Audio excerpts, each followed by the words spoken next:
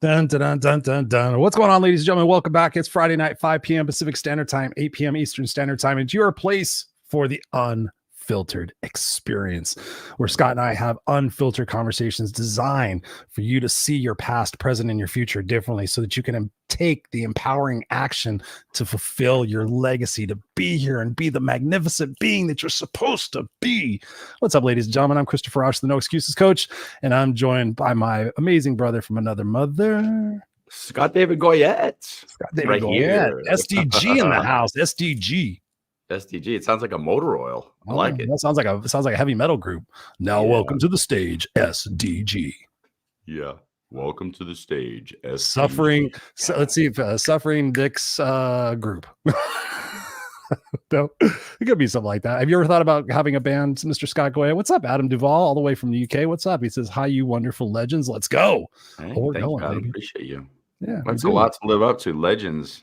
Legends. We are legends. We are legends of the fall. I don't know. I mean, everybody deserves to be a legend in their life because we're all here to share our gifts and our purpose. And one of the things we're going to be talking about tonight is a very interesting subject that we have talked about sporadically. I was looking back over our shows and I'm like, we've never really done a show about how to be present. And we talk about it on the show as components of things. And people who know me know that I have had this opportunity in my life to find that inner peace, to find that homeostasis where I can be comfortable in the moment and not have to be doing something and not having to be something or not having to be accomplishing something. So my first question to you, Scott, when we think about the conversation tonight about how to be present and how to be in the moments, do we really need to be in the moment? Because when I look back on my life, and I think you and I have had this conversation, I have not been in the moment most of my life, and you look at it categorically, you look at it on paper, my life is super successful. I had 6-figure job, You and I have both talked about these things. We've had these amazing successes. We've had the egoic validation. We've had the financial validation. We've had the girls. We've had the cars. We've had all of these things. But now as we get older, we're starting to realize that served its purpose in those moments for us to be always on the forefront, always I'll be on the offensive, always be planning and always be in plan A, B, C, D, E, F, G. But as Sally Anderson, the great Sally Anderson that we both know, my lovely coach, she looked at me one day and she says, "When are you going to get out of survivor mode?" And I think that's where I really started to notice that I was not being in the moment. She's like, "Chris, you always have to have plan A, B, C, D, E, F, G. Why not just understand and trust in the flow of life like you talk about? How can we jump in the river in the flow of things and be more present in those moments?" So my question is there a benefit to not being in the moments and having that antagonistic kind of go get 'em attitude to go be successful? Because I think in my terms, if I would have been in the moment in my 20s and 30s, I probably might not be as successful as I am today. I might be happier and find more inner peace, but I don't know if I'd be as successful today. So do you think it's something we should strive for from the get-go? Or is this part of the journey that we learn as we get older and we realize that those things aren't serving a purpose? What do you think? I'm going to massively disagree with you. You would be way more successful, and then you have to redefine the word success. But I'm glad you led that off because it gives us something to talk about. So thank you. That's why I had that going. I knew. I know. Yes. So here's the take. I mean, one of the things I love about studying other religions and mindsets and spiritualities is there's some awesome component to all of them. There's something in each one that you're like, ooh, that's money. And with Buddhism, I love the idea of non-attachment. And I love the idea that this is a world of suffering. It's samsara. So in this world of suffering, how do you break free from samsara? Come to present moment. I mean, it really is. It's presence. So when I'm attached to the future or I'm attached to the past, there's either anxiety or there's depression. There's all these things that come with it. But in the present moment, I'm like, here I am. There's no attachment to anything. I'm here. I'm here and now. So the illusion is I got where I am because of all the things I've done. Well, that's the illusion. So I'm going to give you an example. Like, watch this. My whole life, I would have told you that I'm successful because I'm a fighter. And I would have sworn this up and down. I would have said, I got this because I'm a fighter. I'm this because I'm a fighter. Like, I made the effort. I said, I'm not going to lose. I'm not going to lose. I'm not going to lose. But I was hyper focused on the loss. And the whole time it was just stress.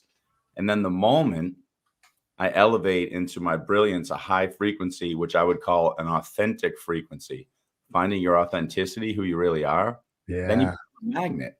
So here's the reality. Can you show me that being out of present moment validated, and got you some success? I'm sure you can. You can say, well, this is when I became successful. This is when I made the money. But at what cost? And so that's what I want people to think about. At what cost? Yeah, the opportunity cost. There's the opportunity cost. So Mhm. were you truly happy? Were you truly filled with joy? Were you truly enjoying the moments, or were you just getting to the next moment, to the next moment, to the next moment, never in the moment? So I'd ask you Mhm. this. In every waking moment, do you want to be waiting for the next moment, or do you want to be in the moment? And In the moment.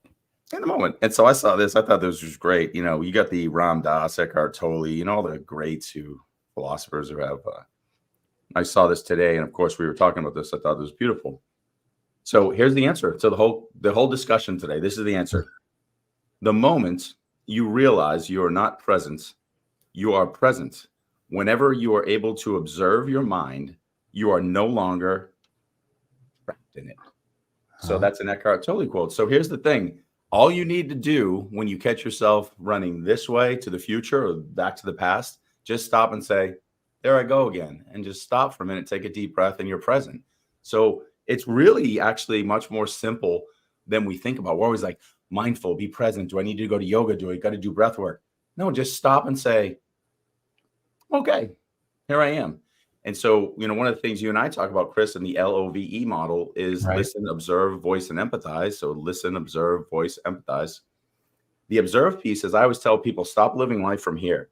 Because when I live life from right here, then it's me versus the world. Right. When I live life from up here and I watch me as a part of the world, it's me as part of the world. So life is for me instead of against me or you know, at me.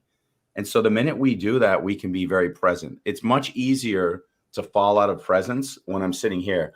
Oh my God, how am I going to deal with this? You don't understand. My situation's so difficult. Then when I look back and go, oh, the world's just a little bit crazy. I'm dancing in it. Cool. Here I am in the moment. So let's talk about that, because it's funny. The universe, of course, before we started the show, we talked about doing presence. I would jump onto Facebook, and that's the first quote I saw was Eckhart Tolle. Wow. I thought you went and grabbed that, because I've thought about The Power of Now being that book, and I read that as part of a book group, and I thought it was good. But, you know, I thought there was other things, like obviously I preached the Michael Singer books, you know, The Untethered Soul and The Surrender Experiment, for me being magnificent books and like guides really for that detachment process, like you talked about, because it served me so well to be in that go-getter state, right? And I sit there and I think about, you know, I was telling the story on a podcast I was on earlier or last week or something like that, talking about how I met you and how I met Lee and how I met Jock and how I met all these spiritual people that came into my life right at the point where I was shouting the loudest. I help people overcome their self-created crap without the self-help fluffy bullshit.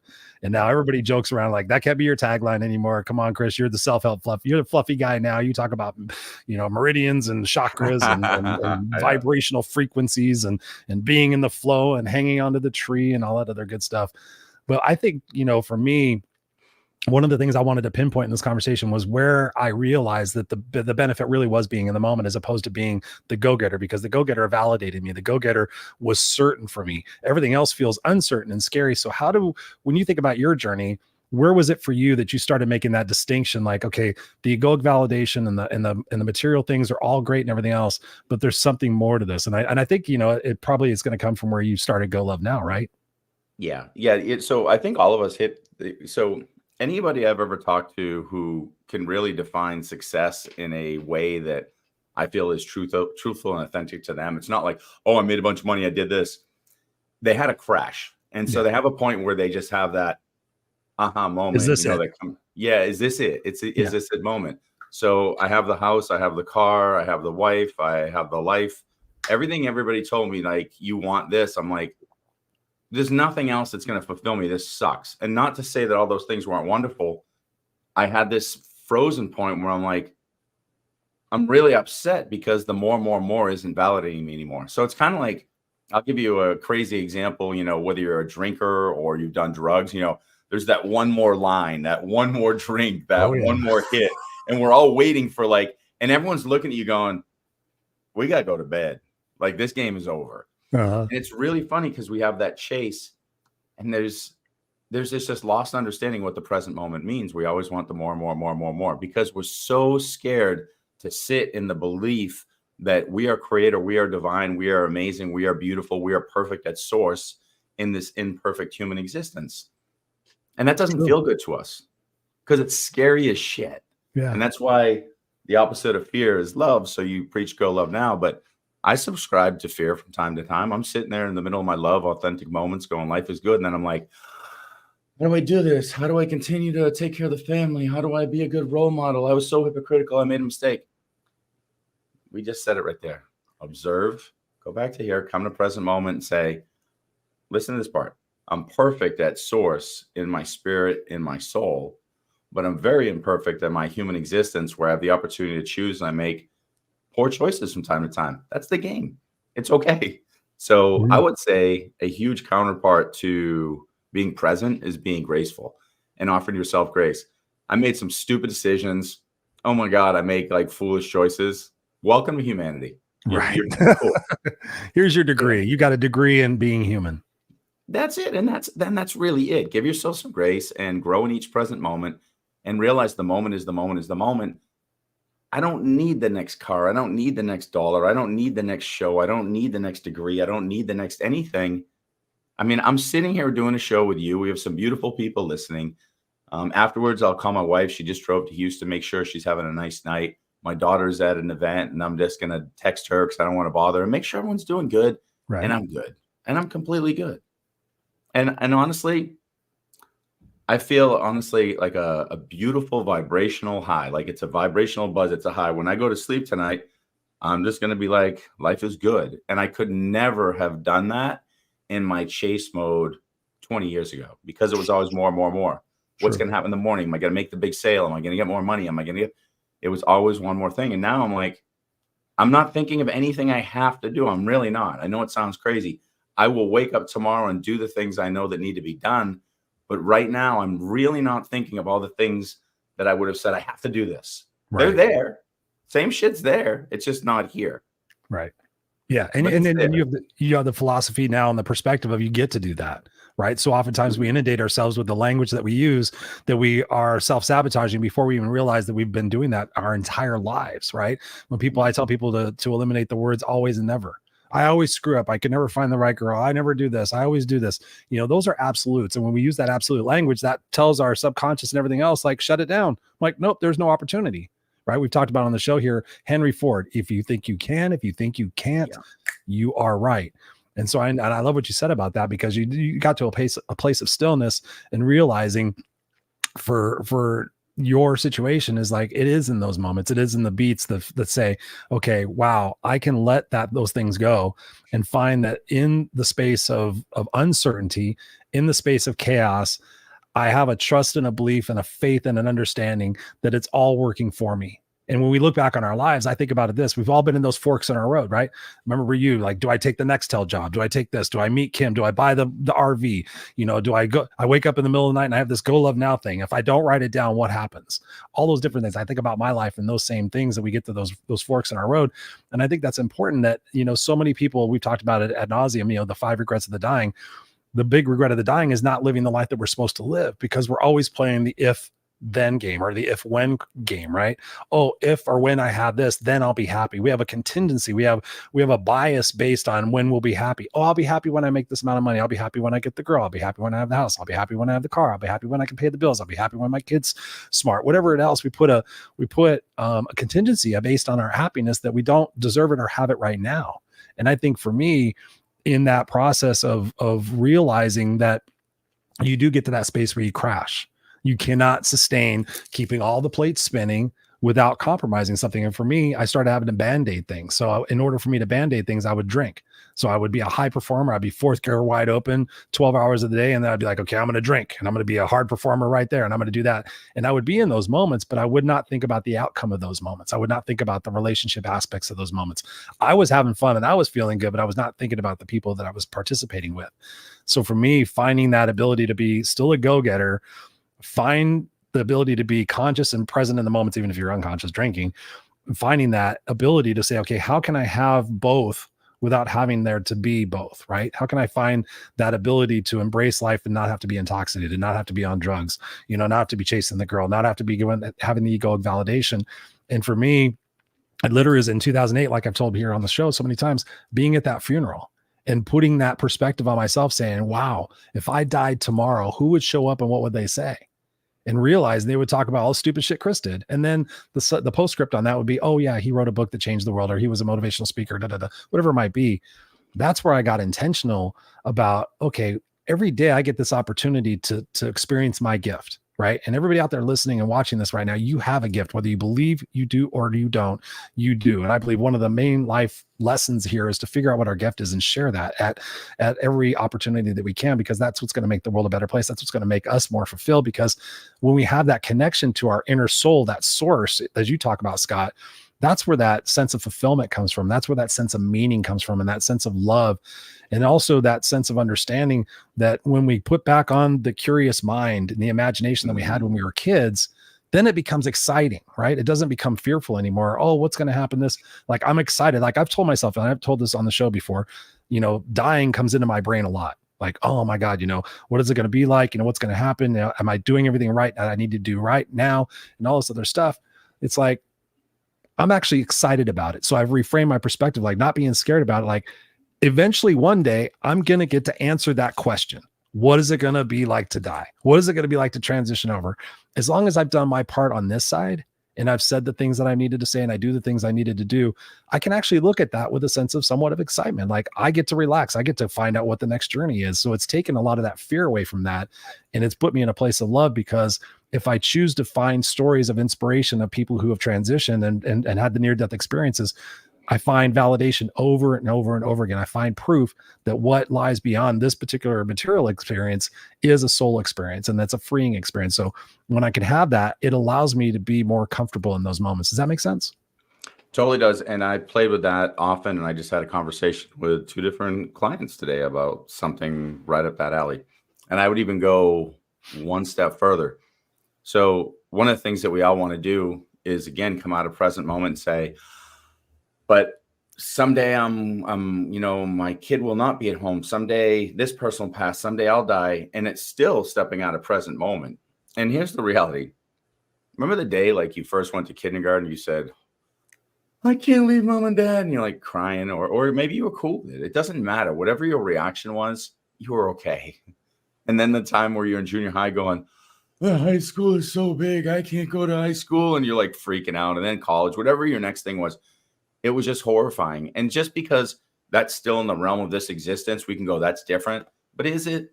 Because this is just one giant eternal opportunity. We're dancing here in this very finite existence, but we deep down know we're energy, and we deep down know that we're eternal.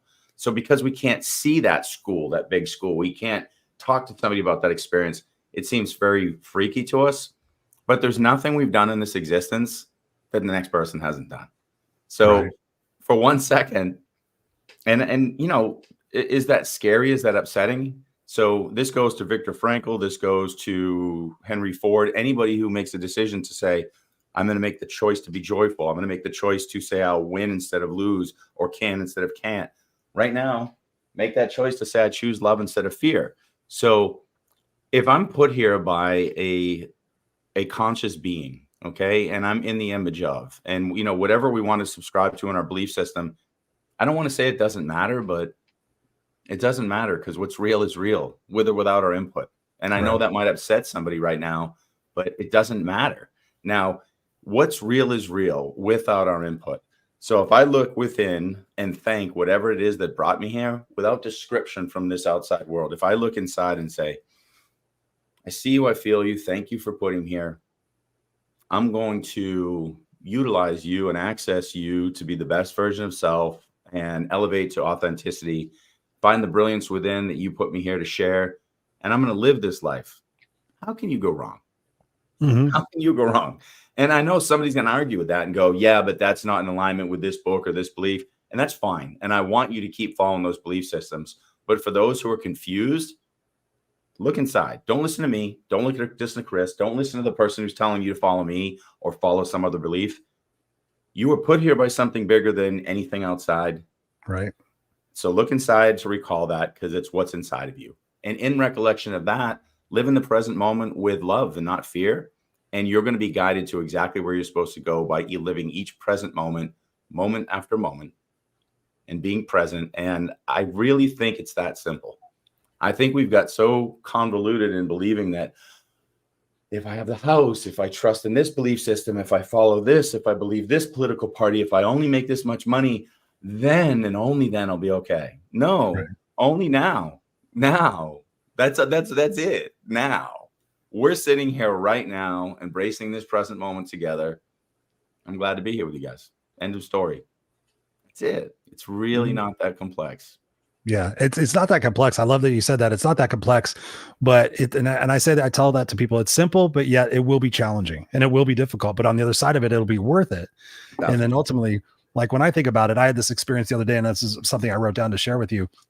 When I was thinking about being in the moment, like, what does it mean to be in the moment? What are some tangible ways that we can help people experience this? Like I'm learning it. You've been there, you're still learning it, but you're teaching it. So we're all kind of helping each other walk along. So I think about it in terms of me. The other, probably about a couple of weeks ago, I think it was yesterday, but it feels like it was probably a couple of weeks ago. My son was off school for President's Day. I can't remember what it was. He was off school for something. And I say, hey, buddy, you want to go to the park? And he goes, yeah, let's go to the park. So we're walking to the park. And as we're walking there, I'm like, I just stop. And I had so many different things in my mind. And as I've talked about in the show, for me, one of the things that I do to be present in the moment is I stop and I reset. So like after this podcast, after we do this, it's gonna be 6 o'clock here in California. I'm gonna go downstairs. It's family movie night. We're having dinner. So I pause here and I think about, okay, who am I expected to be when I go downstairs? Nobody cares that I'm podcast Chris or motivational speaker Chris or anything else Chris. I'm going to go downstairs. I'm going to be the best dad I can be. I'm going to be the best husband I can be. I'm going to be the best listener I can be. I can be, okay. So I'm going to put myself in that space. So I'm going to ask myself, if I were a 7-year-old boy, what kind of dad would I want to see coming down those stairs? And so I place myself in that situational awareness, like being that awareness, and that allows me to play with that. Right. Okay. So my 7-year-old son wants me to play. He said, Dad, when you come back downstairs, we're going to do this. So I'm going to run downstairs and be excited. All right. Da, da, da, da, da. And he's going to be all excited like that. When we were walking to the park, I was sitting there watching him. He was walking a little bit ahead of me and he was talking. And I was like, wow, holy shit. My entire life, all of these experiences, all these tough times, all these challenges where I wanted to give up and where I wanted to blame people. And I was so frustrated and all these other, look where I'm at. I'm walking down this beautiful street. I own a house in this beautiful neighborhood. I used to be homeless. I used to be all these different things. And I've got a son. I've got this beautiful human being that I get to go to the park and experience this joy with. That before, when I'm in my younger years, if you'd have told me that, I'm like, that sounds miserable. I don't want to fucking go to a park with a kid. I'm going to go out there and make money. I'm going to get the validation. I'm going to do these things. I'm going to survive. I'm going to thrive. I'm going to show I'm a winner. That was being a winner right there. And when we got to the park, we're playing and I'm being a kid and everything. And I stopped and he was playing with some other kids and I just stopped, Scott. And I thought about my senses. I thought about what more can I do in this moment? Like I'm being grateful. And we talk about this on the show all the time, grateful. But I'm like, okay, what can I do? And it occurred to me, like we have senses. We have 5 senses. So how can I engage my sense of smell? How can I sense my sense of touch, my everything? And I just saw the wind blowing the trees and the leaves. I could hear the kids in the background laughing. I could hear parents talking, see cars driving by. And I'm like, fuck, right now, this is a pretty cool moment in life. And it's because I'm engaging those senses. Like I'm smelling and I'm tasting and I'm feeling and I'm hearing. And I'm just like, wow, being immersed in that. So it really caused me to sit there and think about, as we're in those moments, if we're struggling to be present, engage those senses. Like, oh, I'm smelling some food. Oh man, we're going to eat tonight. That's a pretty cool thing. I'm so thankful for that. There's people in this world that are going hungry. Wow. My family's healthy. We don't have to go to the hospital. We don't have to go to the doctors. We've got all these different things. That awareness, that situational awareness, I think is what is really one of the critical components for us to sit there and say, okay, I'm going to get out of my monkey brain. I'm going to kind of step back and go and be silent. So many times where we got the phone in front of us or we're busy. But you look around like, fuck, it's pretty cool. I can talk to people over video. I have all the answers in anything I want questions to. I have it on my phone. Life is pretty incredible. It's not a matter of if or when. I could drop dead tomorrow. Being present right here and finding those gifts and finding those abilities to see the beauty in those things is, I think, one of the keys that is helping me be more present. 100%. What do you think about that? Oh, I love it. That's one of my favorite things to do at men's retreats is because men, everybody, but especially I feel like men, we get so caught up in the autopilot and the survivor and what we're supposed to do that when do we really, the joke is, when do you stop to smell the roses? But when do you stop to listen to the kids in the playground? When do you stop to really just look over the horizon and realize, oh, I didn't even know there's mountains right there. I always look down, like just there's something. So we can even do a quick exercise right now. Cause again, like we're always talking about what to do. Why don't we just do it? Yeah. So one of the most beautiful things that you can do to activate your senses is a simple breathing technique, simple circular breathing. So we can just do it for like a minute together. And all we're going to do is just go breathe in with the nose, quick exhale with the mouth. And then at the end, we're going to take deep breaths in with the mouth. So it's going to look like this. It's like, and then at the end, we're going to go.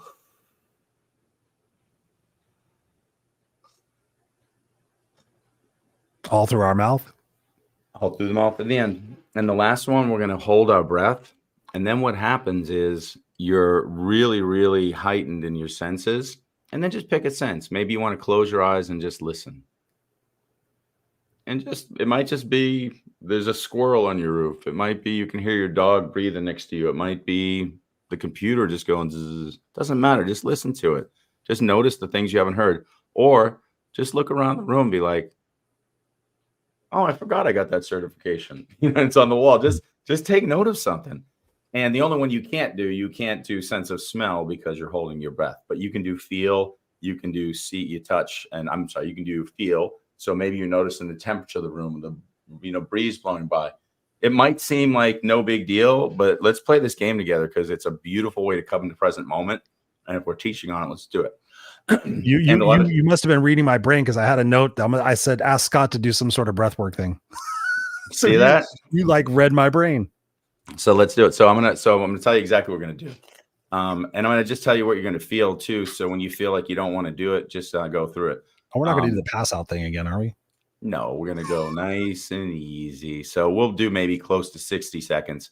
We're just gonna do just enough so you almost feel just a slight head rush, a little bit of a buzz, and you feel maybe a little tingle. Then what we'll do when we take those big deep breaths is we're gonna really oxygenate our body. And then just hold your breath. Now, I'm going to give you a little heads up. A lot of times when you do a quick breathing technique like this, because it's almost similar to like hyperventilation, when you take the deep breaths after, you might be able to hold your breath longer. Hold your breath as long as you want. I mean, I'll be honest with you. I could hold my breath for probably 3 minutes at the end of this. I'm not going to do it because then you guys are going to try to do it. Someone's going to pass out at home. We don't want to do that. But if you want to just, let's say you normally hold your breath for 30 seconds and 60 seconds feels really easy and you're not going to that second wave, you're going, my eyes are rolling back in my head. Be smart, you know thyself. But let's play the game. Let's do it. And what I would do too is a lot of times you might start with sight and then you're like, I have a lot of time. I feel really good right now. And then you hear something. Let yourself guide yourself. Just have fun with it. You'll be very surprised how present you can get. Let's play this game together. Let's do it. And so again, we're going to do the quick inhale through the nose, exhale through the mouth. So it's like, and then we're going to go to the deep breath in through the mouth and out through the mouth, just wide open, lots of air coming in. And we'll take that final hold and then just sit and be present with a specific sense. And if you shift sense, totally cool. And then we'll come right back to center and we'll talk about our experience. Ready? Nice. And if I pass out, you can talk to us. Yeah, if you pass out, somebody will get you eventually. I'll call Barb. We'll make sure they're there for you. Yeah. Okay, let's go. Let's go do it. Everybody at home, everybody listening, you fuckers do it. Let's do it. Let's go. Let's get uncomfortable. Here we go. Yeah.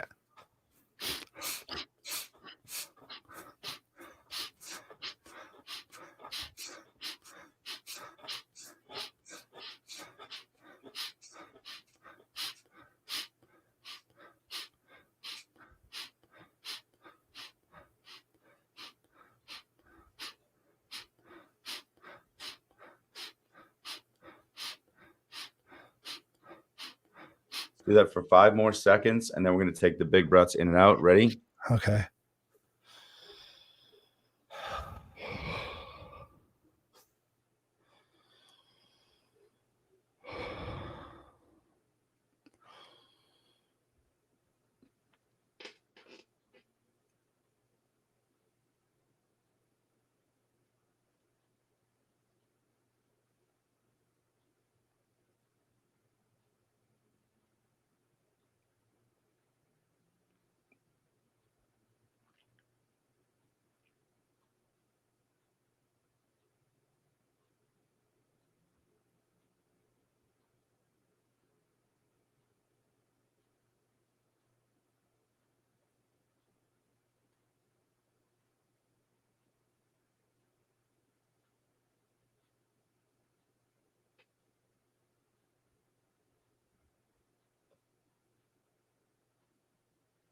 I want to sit there for 3 minutes, but I don't want to do that to you guys. Wow. What did you guys think out in audience land? Those guys, are you watching that you did that? Type in the chat. Let us know what you're feeling, what you're thinking. For me, I had this like momentary thing where I felt like I was outside of my body for a second, like really, really still. Yeah, I that never gets old for me. I was taking pictures. Like I wasn't really seeing things. I was kind of seeing things like, oh. Felt a little bit of a little cognitive buzz, but was like, just enough to just gently, play with thyself, in a cool way. It's funny because I didn't realize how like granular the wood is right there. And then I instantly, I was looking at that, and then I could feel like warmth coming through my body. It like switched right to feel. And I don't usually go to feel. I'm a very sound sight guy, and I went right to feel for the rest of it. And I was like, feels good. Yeah. I love that. Steve, we got Steve Gapes in the house. What's up, Steve? Thank you for being here. He says, feeling refreshed. Yeah, I think that's a great way of looking at it. I mean, I've told the story here a few times, but you've introduced me to breathwork. We've done a breathwork class together where we did the whole near catatonic kind of thing. We did the 6-week breathwork class with what was her name? I need to call her and get her into one of the coaching classes. I'm blanking her name. Wonderful girl. Yeah. I'd lost her when I lost my other Facebook group, but at any rate, done all that. I find that when I do my 4-4-4 breathing, the box breathing, like I do that a lot now. And like when I find myself, like when I'm doing that transitional thing, like thinking about something up here and I got to go downstairs, it's like 4 seconds, hold for 4 seconds. And then as I'm inhaling, I'm sitting there visualizing. I usually do it with my eyes closed. I usually visualizing inner peace and whatever I need, like inner peace and harmony. And then when I'm exhaling, I exhale and I picture that being clear. And when I exhale, I imagine my breath being like really dark, and I'll stay stress and anxiety. So I'm inhaling inner peace and happiness, stress and anxiety. And I'll do that just for about a minute that we did it before, probably about 4 times I do the box breathing. And it's amazing that little minute takes that reset that I never would have like thought about before. I would have had to go run around the block 5 times to get that same thing. Yeah. And so it's important for us to be aware of that. So if you experience that, and Steve, you experience that, go Google that, find maybe a breathwork class and incorporate that into your opportunity. What are some other breathing techniques Scott, that people might enjoy? So the box breathing is super popular in the military, and it makes a lot of sense. Like there's a lot of groups that are high stress groups. I'm sure they're going to do that, like hospitals, med school, military, any place they're high stress jobs where somebody has to reset. But I'm a massive fan, as I've said a million times, with 4-7-8. And you can go read about 4-7-8. The big thing with 4-7-8 is it resets the nervous system. So your amygdala is firing, and one of the body response, the somatic responses to your amygdala are firing in a stress state, and everything's just, your brain stem is going alert, fight or flight. One of the best things you can do to shift that is shift the breath. So usually when we're in a fight or flight, what do we do? Short breaths. We're like, so they're very quick, short breaths. So to have a shorter, still 4 seconds, so it's a good length, a shorter inhale, and the exhale is longer, confuses and therefore resets the nervous system. Yeah. The 7, it really works. I mean, you could play with it. In fact, anybody who has issues sleeping, I would highly recommend Google Dr. Andy Weil's stuff and try it tonight. So it's literally just 7-second hold, and then on the out, usually, they recommend to do like a swoosh sound that you're actually verbalizing. And so like for 8 seconds. I don't always do the noise. Some of the reasons that you want to do any kind of noises with any of this kind of breathing, it's supposed to like vibrate the vagus nerve. There's a lot of, for me, what I find the most important thing is, and this is again anecdotal for me and a lot of my clients, it's just that 4 to 8. So it's the 4 second to 8 second. You'll feel your body get out of that rhythm of like that nervous breathing. Because when you come back to regular breathing, you'll be like, and you'll feel it. You'll literally feel it right here. It's unbelievable. You'll feel it in the, the brain stem, and you'll notice the difference. And one of the things I highly recommend if you want to talk about present moment. So we're in beta. So this is important information. Alpha, beta, theta, and delta. Those are the 4 brain waves you really want to understand. So betas are waking moments, and we have high level and low level beta. So right now, you might be in a very low level beta. You're watching the show. So even just trying to say, well, what's he talking about? What did you mean? You're still in alert stress state. It's not a bad stress state. You might have tapped into alpha when we were doing that breath work, because you go into a very, it's like the earliest entry to kind of a sleep or a meditative state.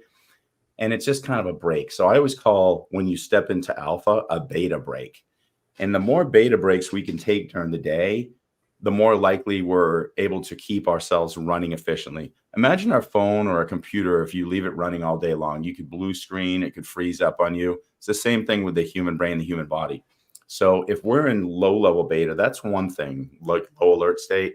But what if you have an important thing at work? You got to pick up the kid. Did I buy this? Did we pay the bill? Did we do? And all of a sudden it just starts to, you need those little shut the phone off and turn it back on. That's an alpha break. So you could do breath work, quick meditation. If you're not doing that yet and you're wanting to become more present, it's going to be very, very difficult to ever become present in a pure beta state 24/7. And your sleep is going to be affected because you don't know how to break down from beta. So you go into theta is the entry to sleep. That's where you can reprogram the subconscious mind. If you go into sleep going, oh shit, tomorrow's going to suck because I got to do this and this and this. Yep. Watch what's happening. You ready? I'm in beta. I took no breaks. So my phone or computer has never been shut off. Here I go going to sleep. Oh my God, I didn't pay that bill. How am I going to do this? Holy shit, we didn't fix the car. There's no way we can pay for summer camp this year. I'm going to go to sleep. So now this is what my subconscious mind just received. Alert, alert, alert, alert. We can't do this. So I don't sleep. Cortisol levels up. I feel like shit. I wake up, not refreshed, drinking coffee. Now my adenosine receptors are all jacked up. It's false energy. And then I'm miserable. And I'm saying, I can't do this anymore. Well, of course you didn't, because you did not do the things that we need to do that no one told you you needed to do. So watch this. Same life, same everything else. I'm in beta. I take a little meditative break. I do that simple breath work we did. I do some 4-7-8. So I had a few little breaks. Now at night before I go to sleep, I say, really stressful day, no doubt. Holy shit, that was tough. But I know I'm going to be okay, because I know I'm a beautiful spirit and a being, and things are going to work out for me because I'm a good person. Now I go to sleep. That's fed into my subconscious mind. And I just did some 4-7-8 breathing too before that. Yeah. My subconscious mind goes, you're okay, Scott, everything good, blah, blah, blah. I'm sleeping, and I wake up and I'm like, maybe I don't need 17 cups of coffee to get through today. Maybe I don't need to snort Red Bull. Maybe I can do this on my own. And I promise you that the sleep things you're saying, well, I just don't sleep, my mind races. If you start changing these simple little habits, I can promise you, from coaching clients, from self, in time, you can really change thyself, because your subconscious mind is in full agreement that life sucks and the world's horrible, because you keep telling it. And it's going to repeat back to you what you feed it, because it's trying to protect you. So watch this. If I said, oh my God, there's a lion, my subconscious mind goes, oh my God, there's a lion. Next time I see a lion, what is it going to do? Oh my God, there's a lion. Thank you. Now I didn't get eaten by the lion because you reminded me. Well, it's also going to go, tomorrow's going to be a horrible day every time I go to sleep. It's going to remind me tomorrow's going to be a horrible day because it's protecting me, but ironically enough, it's killing me because I'm feeding it shit information. And what did Eckhart Tolle say? He said, don't be here to become present. You said it. You're going to do it when you get out of here and you go downstairs. Step into an observer state and go, here I am again. I'm going to go downstairs and be Daddy Chris and hang out with Barb and have a beautiful evening. And that's it. Yeah. Just recognize that. But do it from here, not, hey, I just got done the show and Scott and I had fun and we got a million things to do. No, who gives a shit about that? You're back to the present moment of the next thing. Yep. I love that, Scott. There's a couple of things you said that in there that touched on a few things that I want to share. I know Steve said here, he said, it's like breathing when you have a panic attack. It settles the brain. Absolutely, Steve. I mean, I literally deal with anxiety. That's one of the reasons why I've self-medicated at period of times over my life. And I found that breathing, Steve, is huge. So I do it quite a bit. My son, I've actually taught it to my son. There's a funny story. I taught it to my son when he was really frustrated with stuff. And I said, here's the breathing thing. So one time I'm in the car, I think I told you this, Scott. I was in the car. I had to go pick him up. My wife was like down my neck. His school pictures are tomorrow. He needs a haircut. His hair's fine. He needs a haircut tomorrow. If he doesn't get a haircut, I might be pissed. Blah, blah, blah. So I go pick him up. I make an appointment with the hair place. I'm using my Waze, and all of a sudden Waze is telling me all sorts of jacked up ways to get on the freeway. I get on the freeway. It tells me to get off the freeway. I'm not getting frustrated. I'm 15 minutes late already for the hair appointment. I'm frustrated. And I'm like, we get there, finally find parking. And my son goes, Dad, you need to calm down. I said, I know, we're going to calm down. We're late. We need to get in there. I don't like being late. I don't like having that perception and everything. It's like, Dad, we need to do our breathing. This is when he was about 5. I think he's now 7. He was about 5. He's like, Dad, we need to do our breathing. So right there in the parking lot, I was ready to tell him, no, I'm like, Chris, no. And I stopped and I did my 4-4-4 breathing. I said, let's do it. I said, do it with me, buddy. And we did it. And we walked in there. Everything was fine. The guy was fine. He was still working on the other person. There was no big deal. I was making it out of my brain. But to stop and take those times, again, that to be that intentional awareness, like, hey, I feel a little bit of anxiety coming on. This is something we can do, guys. I mean, this is when they say get high on your own supply, is really true. And the other thing you talked about was the whole theta and beta and stuff like that, which still I'm learning about that. But for those of you guys out there in the same position as I am, or I was, as I continue to process, when I meditate, I still don't have that euphoric experience. Like when people talk about, oh, I was able to escape and I was able to do that stuff. So for me, what I wanted to tell you guys is on my phone, there's an app. It's called Brainwave. So for you guys out there, I use binaural beats. So I'm a big fan of using something that helps guide me, because I can get so distracted. So I listen to binaural beats in this app called Brainwave, and you guys can check them all out. I have 3 different ones.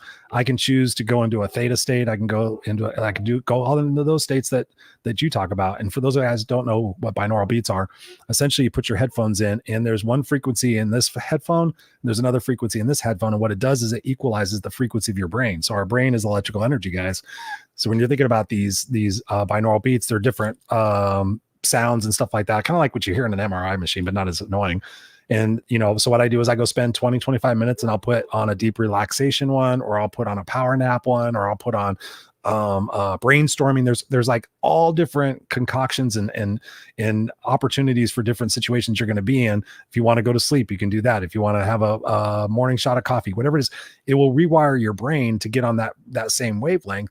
And as you're doing that, what I do is I visualize with my eyes closed how I'm going to spend my day, or what I'm going to do after that. And so I visualize the success of what I'm going to do. I visualize if it's something that's going to be stressful, I visualize and I see myself going through it and being patient and being calm. So those are ways that if we're not, great at meditating, you guys out there, and I do it as well, I do it pretty much every day, is binaural beats and things of that nature. The other thing we could do is, for God's sakes, fucking put this down, the phone. Yeah. For those of you guys aren't watching on the video cast, I see people at the gym now, Scott, they're in between sets and I watch them. It's not like they're answering a text message. They're scrolling sports. They're scrolling the news. And I'm like, I do work in between. I'll send emails between texts. Like everybody needs to put the phone down. Like, how are we going to be present? Like, my wife has a horrible problem with it. She watches a movie and she's watching YouTube at the same time. I'm like, which one are you watching? I'm just matter of fact about it now. I'm like, put the phone down, be present in the moment, because what is that saying to our people that we're surrounded with? Like, it's telling me that I'm not important. It's telling me that, oh, you don't want to watch the movie with us. So I'm like, babe, and we have this conversation. Like, can we be present? Like, let's make it a point. When movie night is on, let's go put this across the room. Like, I left today when I went to go pick up Jackson. I was like, I don't have my phone. I almost drove back halfway home just to get my phone to go pick up my kid, and I was going to be gone for 15 minutes. I'm like, Chris, you're okay without the phone. And I think the other thing we can also recommend to people is, and I find this for myself, is that when I'm present with people, I find that one of the best ways for me to be with those people is to be a super active listener. Super active listeners. So many times we're sitting there and we're thinking about everything else we got to do, and then we do the selective hearing disorder thing where, oh, I heard, Scott said 35 words, but I heard 15 of them. I'm going to put them together and I'm going to make an assumption and go, yeah, Scott, I'll get that to you Monday. But we never verify, we never follow up on that. So for you guys out there, being in the moment, focus on that individual. Like, really give your time and attention, your body language. Look at that person in their eye, lean forward, mirror what it is that they're saying. And when they're saying back to you, whether it's your kid, it's your coworker or something like that, say, hey, Scott, here's what I heard you say. I heard you say the valuableness of being able to get in the state and prepare ourselves when we go to bed, and to set our mind in the right frame of mind can really impact the way we wake up. Right. So I've heard you, I've looked at you. That's just some of the ways that I know I use in my world to stay present, because I could literally send a text message on my phone. I could be reading something on my computer, and I could be talking to somebody. But am I being present in that moment? So let's put the phone down. Let's not read that. Let's focus our attention and say, okay, listen, I want to hear what you got to say. What's going on? and being intentional with that, what are some other easy solutions that you see that people can kind of do to perhaps maybe trick themselves to be more in the moment when they wouldn't be? So let's intertwine that with Susan actually had some good comments that I'd love to address, and I think everybody's thinking the same thing. She said, "So how can this work when we're angry?" And then following up after that, she said, "I'm trying to stop, think, and act, and it feels impossible." So let's take that question and let's sect it with this. So the first thing is, I feel like a lot of us want to find a way not to feel. All right, so let's not do that. So let's say that I'm sad and I'm like, I want to do breath work so I'm not sad. Well, one of the things I want you to think about, Susan, and I talk about this a lot, and it's funny because when I was, it's hilarious because I was coaching and I'd be coaching my clients, and I have a young daughter who's 17 now. And I remember when she was like 5 going, "Don't cry, it's okay." And I'm thinking, you just told your client to process everything. You're telling your own kid not to cry. So we have these little fights with self because we heard that when we were younger. We think that's what we're supposed to do, but we're like, I'm messing up because we've got mixed signals. So what I would say to you to do is, first of all, honor the emotion. When you're feeling anger, when you're feeling shame, when you're feeling guilt, I have an analogy I always share with everybody that we're fractals of water in a river. So therefore we are the river. So we've got consciousness, God, source, creator is the flow, is the river. And we're a fractal of that being we're put here in the image of. So here we are as a fractal in that flow. What ends up happening is we get stuck on rocks from time to time because of rapids and the way the river flows. And in those rocks, those could be times to feel emotion or things that get us out of the river. So if we're out of flow, we're going to feel something. That's why there's no such thing as a bad emotion. Okay. All emotion is useful. Ultimately, sure, I want to be in a space of joy. But when I feel fear, it's because something happened that's making me afraid. It doesn't mean I don't honor it. It means, wait a minute, why am I afraid? I've been here before. This is scary. That's okay. So feel and process that, and then figure out, how do I transmute that to excitement and get back in? Let's say I'm feeling sadness or angry. Why am I here again? Why am I so stupid? Why do I keep doing these patterns? I just pounded on my desk and I knocked why does my camera go off when I'm trying to be on? Uh-oh. We got to screw my camera up there. Uh-oh.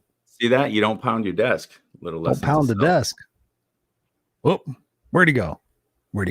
Ladies and gentlemen, boys and girls, I love that. Thank you, Susan, for asking that question. We appreciate you. That is super important. You guys can ask us any questions. So for those of you guys watching or watching on the replay, Dad. Yeah. Ladies and gentlemen, this is my son, by the way. I'm doing a live. I'm doing it. Yeah. Exciting news. Yeah. Mama Kitty came back. She did? Yeah. Oh, wow.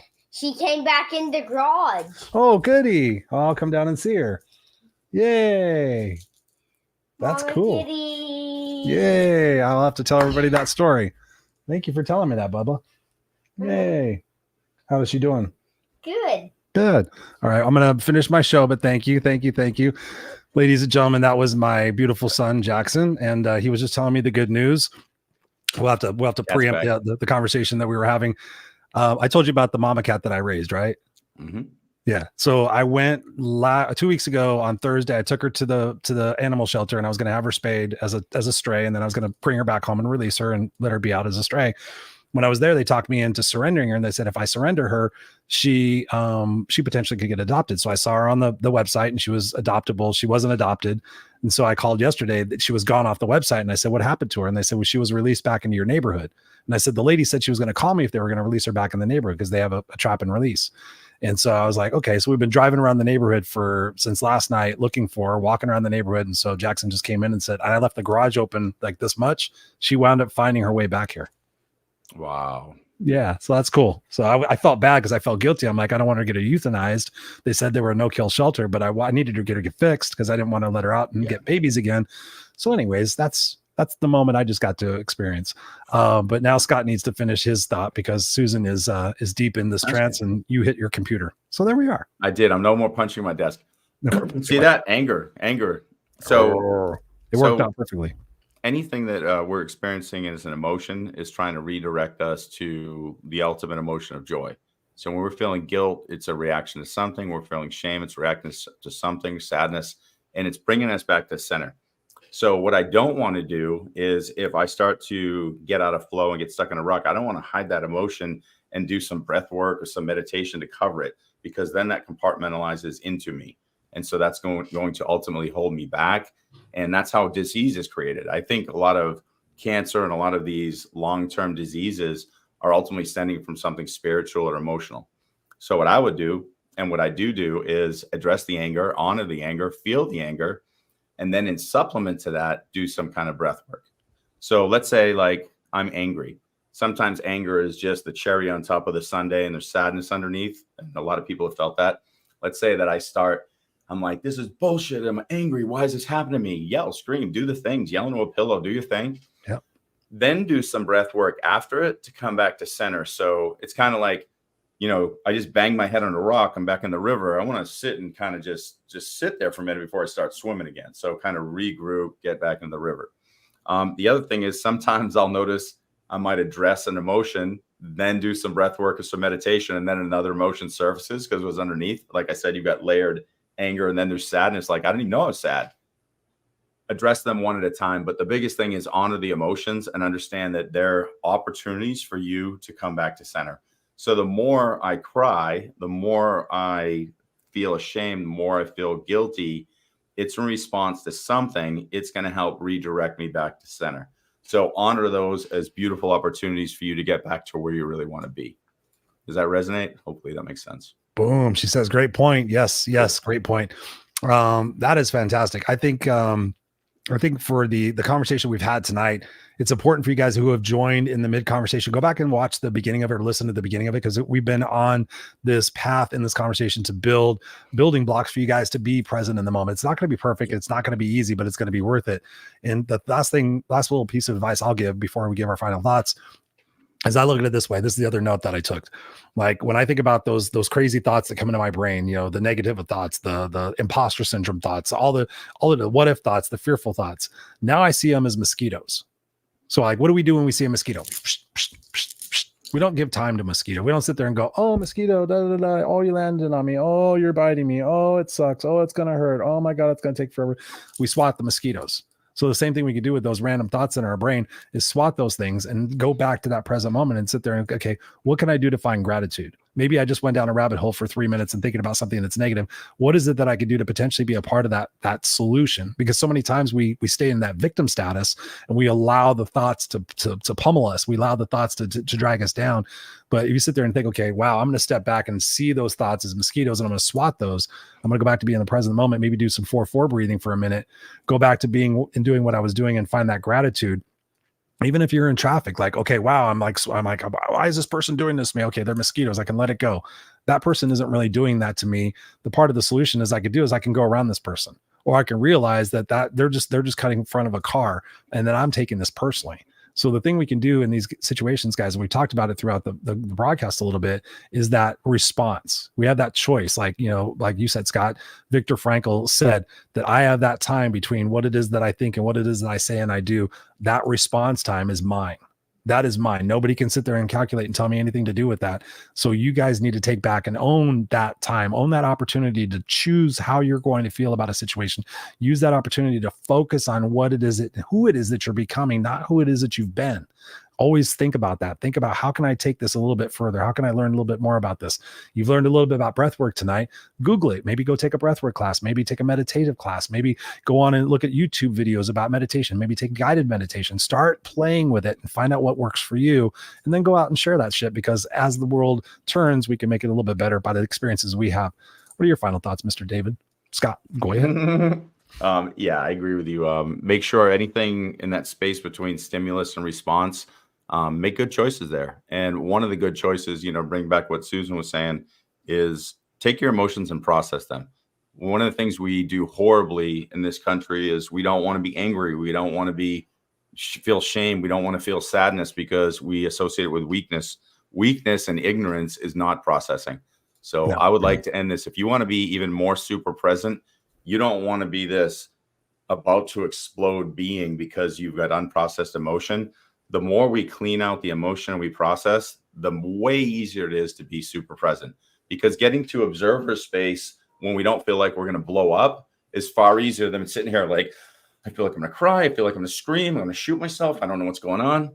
We've all been to those moments. You've got to release the valve and process those emotions. Then the breath work, the meditation, all the things become insanely powerful, and getting to observer space becomes very second nature. So do it. Do it, ladies and gentlemen, boys and girls. I have up on the screen for those of you listening on the audio podcast, www.theunfilteredexperience. The Unfiltered Experience is spelled exactly how it sounds. Go there, check it out. Join our Facebook community. Become a part of the Unfiltered crew. Let us know. Scott and I have decided that we're not going to do guests for right now. We're going to just come to you every single week, just us answering what it is that's on your mind. Somebody brought this up to my attention and said, hey, I think this would be a great opportunity for you guys to talk about this, being in the moment, being present. So whatever it is, it might be for you, Susan, Steve, Robert, anybody, Adam, anybody who's watching this later on the replay, listening on the podcast, go join the Facebook community, put in there, hey, Scott, hey, Chris, we would love to see you talk about this. We'd love to see you do a series on this, on goal setting, whatever it might be that we can do to show up here every single Friday night and serve for you. Please let us know, because that's our intention every single day that we show up here. We've been doing this now for a couple of years. It's our intention here to pay it forward. So with this opportunity, you guys can take this show, share it out on your social media, say, hey, I just had this great conversation. I was illuminated to the fact of meditative breathing, whatever it might be for you that you got out of this show. Share the show out, put a few more words in there. Let us get the message out to other people. And that way we can all do our part to bring world peace, world love in a place where there's so much chaos and uncertainty and everybody's focusing on the wrong shit. So we would love you guys to do that. Up here on the screen, I have placed the fact that our podcast is on Spotify. It is also on Apple. It is everywhere podcasts are sold. So if you watch your podcast or listen to them on iHeartRadio or Amazon Music or whatever it might be, go find the Unfiltered Experience. Subscribe to the show. We have done now 140 shows. This is our 141st show. So we've got a lot of experience in talking with some amazing people. We've done series of shows on who am I am statements, leadership, everything. Scott and I have brought the value and the goods consistently ever since we started the show as a Friday night live show. Go back, check out some of those episodes. Share them out, and then let us know what it is that we can do to serve you on the upcoming episodes here we have. And yes, you are so welcome, Susan. Thank you guys for being here. We appreciate you. Now, here's your instruction. Go be present. Go be present, and then let us know. Sign up for be a part of this Facebook group. Email Scott or I. Let us know what your experience is with becoming present. And if you learn new opportunities that help you become more present, let us know. And that way we can update everybody out here on the show and let them know that there's more ways to do this. But from us, we love you. We appreciate you. And we'll see you back here next time on the Unfiltered Experience. I'm Christopher Rausch. My brother, Scott David Goyette. Love you guys. Peace.